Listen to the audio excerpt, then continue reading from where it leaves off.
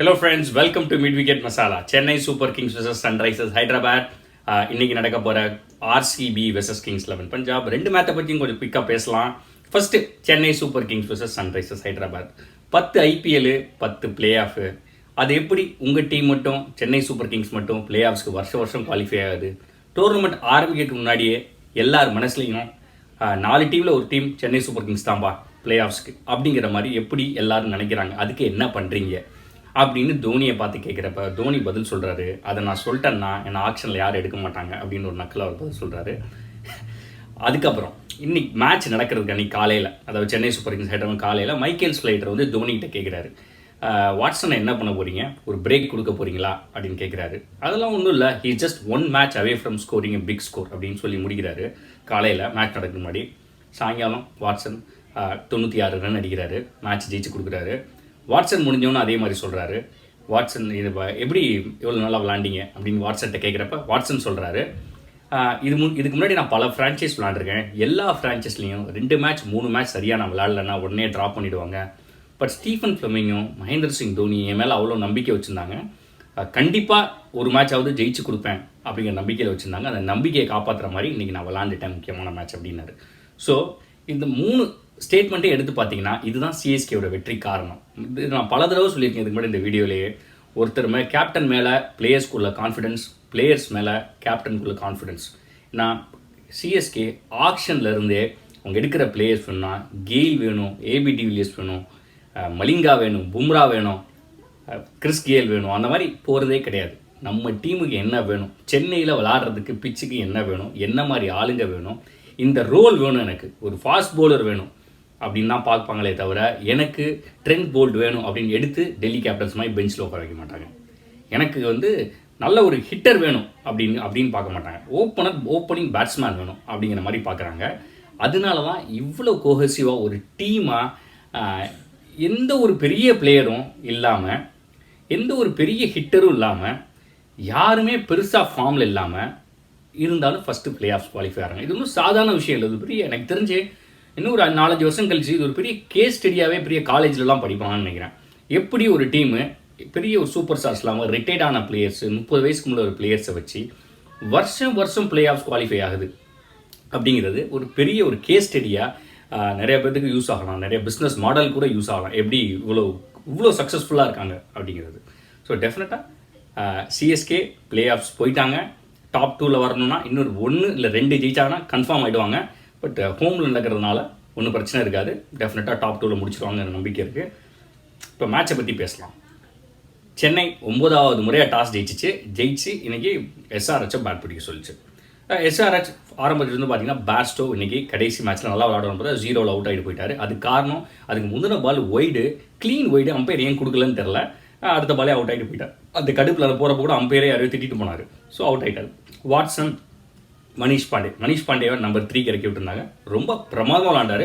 மணிஷ் பாண்டே விளாட ஆரம்பிச்சார்னா அவர் பார்க்கறதுக்கு ரொம்ப ஸ்டைலிஷாக இருக்கும். அவர் அடிக்கிற 6லாம் முக்கியமாக ஹர்பஜன் அடிச்ச ஃபஸ்ட்டு வந்தவன் அடித்த பவுண்டரி ஆகட்டும், அதுக்கப்புறம் அடித்த 6 ஆகட்டும், ரொம்ப பியூட்டிஃபுல்லாக இருந்துச்சு. வார்னர் அருமையாக விளாண்டு திருப்பி இன்னொரு 50 அடித்தார். பட் இது வார்னரோட டிப்பிக்கல் 5 இன்னிங்ஸ் விளாண்டியோட 120 ஸ்ட்ரைக் ரேட்டில் ஆடினார். மணிஷ் பாண்டே தான் பல்க் ஆஃப் த ஸ்கோரிங் பண்ணார். விஜய் சங்கர் ஃபஸ்ட்டு பேட்டிங் முடிச்சோன்னா 175 டெஃபினட்டாக சிஎஸ்கேவால் ஜெயிக்க முடியாது அப்படின்னு நிறைய பேர் நினச்சாங்க. அது காரணம் சென்னை பிச்சோட ஹிஸ்ட்ரி. சென்னை பிச்சில் 160, 165 ரொம்ப கஷ்டமாக இருந்துச்சு. பட் சென்னை ஜெயிச்சப்பறம் தான் தெரிஞ்சிச்சு சன்ரைசர்ஸ் ஹைதராபாத் வேறு 20 to 25 ரன் ஷாட். அவங்க ரன் ஸ்கோர் பண்ணாததுக்கு காரணம் விஜய் சங்கரோட ஸ்லோவஸ்ட் இன்னிங்ஸ் அண்ட் பிரேவோவும் தீபக் சாஹரும் கடைசியில் ஸ்லாக் ஓவர்ஸில் போட்ட பவுலிங். ஸோ ரொம்ப பிரமாதமாக போட்டு கம்ப்ளீட்டாக கண்ட்ரோல் பண்ணி 175னாங்க. ஸோ 175ங்கிறப்ப சேஸ் பண்ண ஆரம்பித்தப்ப வழக்கம் போல் வாட்ஸன் ஸ்லோவாக ஆரம்பிச்சார். வாட்ஸனோட சென்டிமெண்ட் நினைக்கிறேன். என் பக்கத்தில் கூட சொல்லிட்டு இருந்தார் ஒருத்தர், புவனேஸ்வர் ஃபஸ்ட்டு ஒரு மெய்டன் போட்டார். ஸோ இதே மாதிரி தான் எஸ்ஆர்ஹெச் சிஎஸ்கே ஃபைனல்ஸில் போட்டார் போன வருஷம். அந்த மேட்ச்சில் வாட்ஸன் செஞ்சுரி அடிப்பார், இந்த மேட்ச்சில் செஞ்சுரி அடிப்பாரா அப்படின்னு கேட்டார். நான் சொல்லி இந்த மாதிரி நிறைய ஸ்டாட்ஸ் பேசுவோம் ஆஃபீஸில். இந்த மாதிரி கேட்டார். அதெல்லாம் எப்படி அப்படின்னு பார்த்தா 96 ரன் அடித்தார் அன்றைக்கி. ஸோ இன்றைக்கி 96 ரன் அடித்தார். ஃபாஃப் அவுட் ஆகிட்டாலும் ஒரு unfortunate run out, touch and go இருந்துச்சு. பட் இந்த மேட்ச் ஜெயிக்கிறதுக்கு முக்கியமான காரணம் எந்தவித பதட்டமும் இல்லாமல் ஜெயிக்கிறதுக்கு பதட்டம் இருந்துச்சு லாஸ்ட் ஓவரில். பட் இந்த ப்ரெஷர் இல்லாமல் இருந்தது காரணம் முக்கியமான சுரேஷ் ராய்னாவோட பியூட்டிஃபுல் கேமியோ. 22 ரன் அவர் இந்த சந்தீப் சர்மா ஓவரில் அடித்தது தான் ப்ரெஷரை கம்ப்ளீட்டாக எடுத்துச்சு. வாட்ஸன் கொஞ்சம் ஃப்ரீயாக விளையாட உதவுச்சு. வாட்ஸனுக்கு ஒரு கேட்ச் மிஸ் பண்ணாங்க, ஒரு Jonny Bairstow Sandeep Sharma ball miss பண்ணார், ஒரு 33 ரன் போது அடிச்சிருந்தாரப்ப அது எடுத்திருந்தா ஓரளவுக்கு இன்னும் க்ளோஸ் ஆகிருக்கலாம். பட் சிஎஸ்கே விளாட்றப்ப தான் தெரிஞ்சு பிச்சு இன்னும் அந்தளவுக்கு கஷ்டமாக இல்லை, ஓரளவுக்கு பேட்டிங் பிச் மாதிரி தான் இருந்துச்சு அப்படிங்கிற மாதிரி தெரிஞ்சு. இருந்தாலும் சிஎஸ்கே பரம்பரையாக மேட்சை லாஸ்ட் ஓவர்லாம் முடிப்பாங்க. இன்றைக்கி இதுக்கு முன்னாடி முடிக்கிறதுக்கு நிறையா வாய்ப்புகள் இருந்தாலும் இல்லை அது எப்படி கொடுத்த காசுக்கு 20 ஓவர் ஃபுல்லாக பார்த்துட்டு போங்க அப்படின்னு ஆடியன்ஸ் பார்த்து சொல்லி கேதார் ஜாதவ் கடைசியில் ஒரு 6 அடித்து மேட்சை அம்சமாக முடித்தாங்க.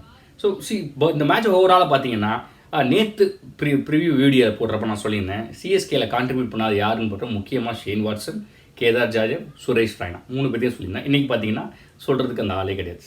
ஷேன் வாட்சன் சூப்பராக விளாண்டார், சுரேஷ் ரெய்னா செம்ம யூஸ்ஃபுல் இன்னிங்ஸ் ஆடினார், கேதார் ஜாதவ் கடைசியில் 6 அடிச்சார் வந்து. ஸோ சிஎஸ்கே தான் சொன்ன மாதிரி என்ன பண்ணுவாங்கன்னு தெரியாது, ஆனால் அவங்களுக்கு ஜெயிக்க மட்டும்தான் தெரியும் அப்படிங்கிறது இந்த மேட்ச்லேருந்து ரொம்ப க்ளீனாக தெரியுது. ஏதாவது பண்ணி ஜெயிச்சிடுறாங்க.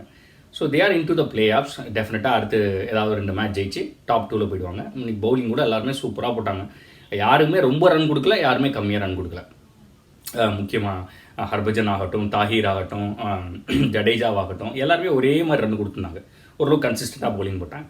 ஸோ ஹைதராபாடோட பிளான் எங்கே தப்பாக போச்சுன்னா, அவங்க என்ன நினச்சிருந்தாங்க, சரி ரஷீத் கானை வச்சு நம்ம வந்து சிஎஸ்கேவை கண்ட்ரோல் பண்ணிடலாம், ஸ்பின் பிச்சாக தான் இருக்குன்னு. பட் சிஎஸ்கேவோட பிளான் என்னென்னா ரஷீத் கானை அடிக்கிறது தான் பிளான் அப்படிங்கிறது அவங்களுக்கு தெரியாமல் போச்சு. ரஷீத் கானை போட்டு பொலந்து எடுத்துட்டாங்க இன்றைக்கி. அவரும் சந்தீப் சர்மாவும் தான் இன்றைக்கி செமாடி. மிச்சம் 3 பவுலர் கலீல் அகமது, சக்கீப், புவனேஸ்வர் குமார்லாம் பார்த்து புவனேஸ்வர் குமார் 4 ஓவர் போட்டு ஒரு 19 ரன் தான் கொடுத்துட்டார். ஸோ அவங்க தெளிவாடுறாங்க, ரஷீத் கான் தானே அவங்க பிளான், எங்கள் பிளானும் அதே தான், உங்கள் பிளான் அவரை வச்சு கண்ட்ரோல் பண்ணணும்னா எங்கள் பிளான் அவரை போட்டு பொழக்கிறது அப்படின்னு சொல்லிட்டு 4 ஓவரில் 45 ரன் வர, இவரும் 4 ஓவரில் 55 ரன் கொடுத்தாரு சந்தீப் சர்மா. அவங்க 2 பேரோட மட்டும்தான் கிட்டத்தட்ட 98 99 ரன் அடிச்சிட்டாங்க. மீதி எல்லாத்தையும் சேர்த்து ஒரு 75 ரன் அடிச்சாங்க மீதி இருக்கிற 12 ஓவரில். ஸோ அவங்க பிளான் ரொம்ப தெளிவாக இருந்துச்சு. It's one off day for Rashid Khan. நல்லா போடுவான்னு எதிர்பார்த்தப்ப ஷேன் வாட்சன் போட்டு பொழந்துட்டார். ராய்னா வந்து அவரை பொழந்தார் சந்தீப் சர்மாவை. So Hyderabad definitely still has a chance, போயிடுச்சுன்னு சொல்ல முடியாது, ஏதாவது பண்ணி ஜெயிக்க வருவாங்க. பர்ஸ்டோ போயிட்டார், அவருக்கு பால யாரை இறக்கி விட்றாங்கன்னு தெரில. முகமது நபி வர்றாரா, இல்லைன்னா மார்டின் கப்டியில் இறக்குறாங்களா, இல்லை கேன் வில்லியம்சன் வந்து நியூசிலாண்டு போயிருக்காரு, அவங்க பாட்டி இறந்துட்டாங்கன்னு அவர் வந்தவொன்னே அவர் ஓப்பனிங்கில் வர்றாரான்னு தெரில. இவங்க 3 பேர் யாராவது விளாடுவாங்க. ஸோ டெஃபினட்டாக CSK will be very happy. ஃபேன்ஸும் பயங்கர என்ஜாய் பண்ணுவாங்க. அவங்க டீம் மேலே எந்த அளவுக்கு நம்பிக்கை வச்சுருக்காங்களோ அதே மாதிரி வருஷம் அவங்க டீமும் அவங்கள ஏமாற்றாமல் பிளே ஆஃப்ஸ் போயிடுறாங்க. சிஎஸ்கேக்கு பிரச்சனையே 2021 இல்லை 2க்கு அப்புறம். ஏன்னா தோனி எனக்கு தெரிஞ்சு ஒரு 2 வருஷம் விளாடுவார், இல்லை 3 வருஷம் விளாடுவார். ஒஸ்ட் கேஸ் 3 வருஷம் விளாடுவார். அதுக்கப்புறம் அதை பற்றி இப்போ ஏன் கவலை, நம்ம 2022 அதை பற்றி பேசிக்கலாம். அதுக்கப்புறம் தான் சிஎஸ்கேக்கு இருக்குது. ஸோ அடுத்து நாளைக்கு நடக்க போகிற மேட்ச் அப்படின்னு பார்த்தீங்கன்னா நம்ம kings 11 Punjab vs RCB play ஆஃப்ஸை விட்டு குவாலிஃபை ஆக மாட்டோம் அப்படின்னு தெரிஞ்ச பிறகு நல்லா விளாட ஆரம்பிச்சிருக்காங்க. முக்கியமாக சிஎஸ்கேவோட அவங்க ஜெயிச்சது பயங்கர கான்ஃபிடன்ஸ் கொடுக்கும். நாளைக்கு கிங்ஸ் 11 பஞ்சாபுக்கு தான் கொஞ்சம் வியர்டாக இருக்கும். அவங்க டீமில் இருக்க பாதி பிளேயர்ஸ், முக்கியமான பிளேயர்ஸ் எல்லாம் ஒன்று ஆர்சிபிக்கு ஆடினவங்க, இல்லை கர்நாடகா பிளேயர்ஸ்.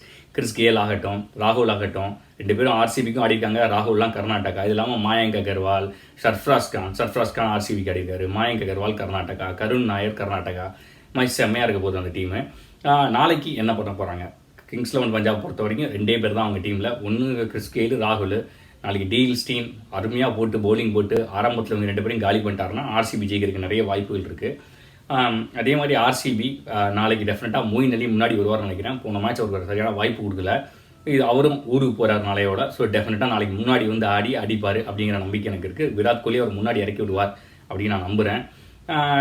என்னை பொறுத்த வரைக்கும் ப்ரெஷர் வந்து கிங்ஸ் 11 பஞ்சாபுக்கு தான், ஆர்சிபிக்கு ஒன்றுமே கிடையாது. அவங்களுக்கு தெரியும் எப்படி விளாடணுன்ட்டு.